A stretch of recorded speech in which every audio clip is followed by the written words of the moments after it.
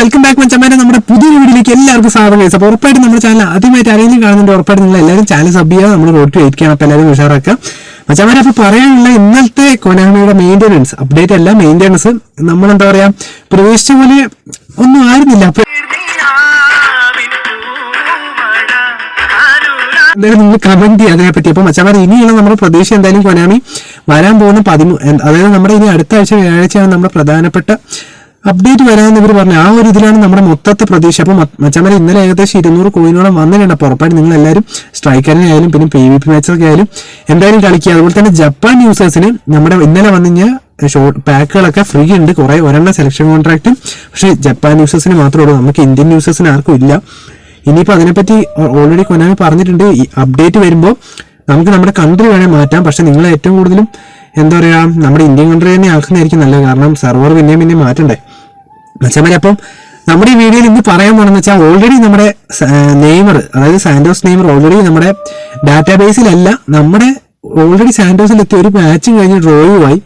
പക്ഷെ ഇതുവരെ കൊനാമി എന്താ പറയുക അതിനെപ്പറ്റി ഒന്നും പറഞ്ഞില്ല. ഓൾറെഡി നമ്മുടെ നെയ്മർ അംബാസഡർ പാക്കാണ്. പക്ഷെ ഇവർ ഓൾറെഡി ഈ ഫുട്ബോളിലെ, ഞാനിതൊരു PC-യിൽ കണ്ടതാണ് ഈ വീഡിയോ, ഓൾറെഡി അത് കുറെ ഗ്ലോബലി വേർഷനിൽ വരുന്നുള്ളൂ. പക്ഷെ എന്നാലും എന്താ പറയുക, ഈ വരുന്ന മിക്കവാറും ഈ അപ്ഡേറ്റിന് അംബാസഡറും കൂടെ ആയതുകൊണ്ട് മിക്കവാറും നമ്മുടെ നെയ്മറിന്റെ പാക്ക് ഇവർ കൊണ്ടുവരാൻ ചാൻസ് ഉണ്ട്. അപ്പൊ അതിലാണ് നമ്മൾ പ്രതീക്ഷിച്ചിരിക്കുന്നത്.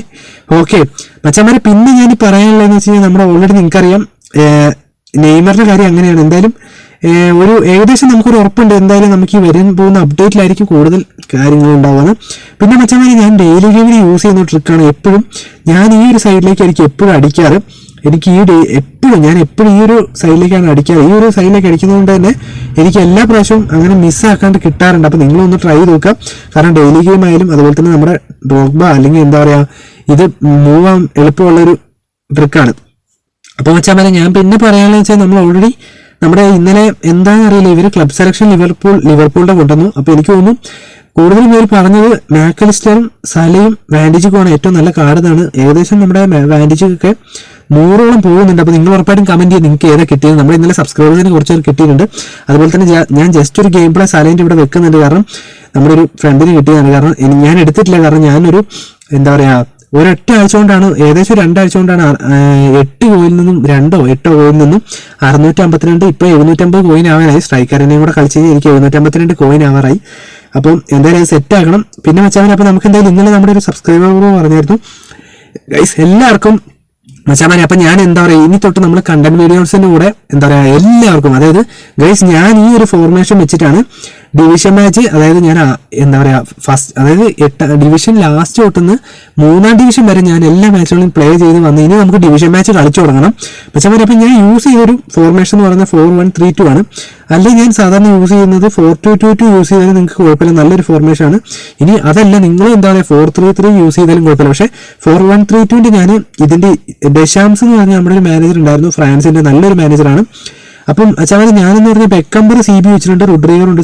സബ്ബിൽ വേണമെങ്കിൽ നിങ്ങൾക്ക് ക്യാമവിംഗനെ അല്ലെങ്കിൽ ഹെർണാണ്ടസിനെയൊക്കെ വെക്കാം, LB, കാരണം കൂടുതലും പേര് അതാണ് യൂസ് ചെയ്യാറ് മച്ചന്മാരെ. അപ്പം ഞാൻ ഇൻഡിവിജ്വൽ ഇൻസ്ട്രക്ഷൻ എങ്ങനെ സെറ്റ് ചെയ്യുമെന്ന് കാണിച്ചാൽ, അത് ലോങ് ബോൾ കൗണ്ടർ യൂസ് ചെയ്യുന്ന ആൾക്കാർക്കാട്ടോ മച്ചന്മാരെ. അപ്പം ഞാൻ എടുത്തിരിക്കുന്നത് വെച്ചാൽ നമ്മുടെ ഫസ്റ്റത്തെ ഇത് എടുത്തിരിക്കുന്നത്, നമ്മുടെ ഇവിടെ ഇപ്പോൾ നോക്കുകയാണെങ്കിൽ ഓൾറെഡി നിങ്ങൾക്കറിയാം നമ്മുടെ അറ്റാക്ക് 1 ആണ്. സാധാരണ ഞാൻ അങ്ങനെ അറ്റാക്ക് 1 ഇറക്കാറില്ല, കാരണം ഇൻഡിവിജ്വൽ ഇൻസ്ട്രക്ഷൻ ഇങ്ങനെ സെറ്റ് ചെയ്തിട്ടാണ് ഞാൻ ഡിവിഷൻ മാച്ചിൽ സാധാരണ ഇറക്കാറ്. അപ്പോൾ ഉറപ്പായിട്ട് നിങ്ങളും ട്രൈ ചെയ്ത് നോക്കുക, നിങ്ങൾക്കും നല്ലൊരു ഇതായിരിക്കും. കാരണം ഞാൻ കാണിച്ചു തരാം മച്ചാമാരെ, ഈ ഒരു ഫോർമേഷൻ നിങ്ങൾ യൂസ് ചെയ്ത് കഴിഞ്ഞാൽ നല്ലതായിരിക്കും. കാരണം ഞാനിവിടെ ഇടുന്നതെന്ന് വെച്ചാൽ നമ്മുടെ AMF പ്ലെയറാണ്, ജെറാഡിനാണ് ഇടുന്നത്. അപ്പോൾ നിങ്ങൾ ഉറപ്പായിട്ടും നിങ്ങൾക്ക് ആരാണോ നല്ല AMF ഉള്ള ആ ഒരു പ്ലെയറിന് ഇടുക.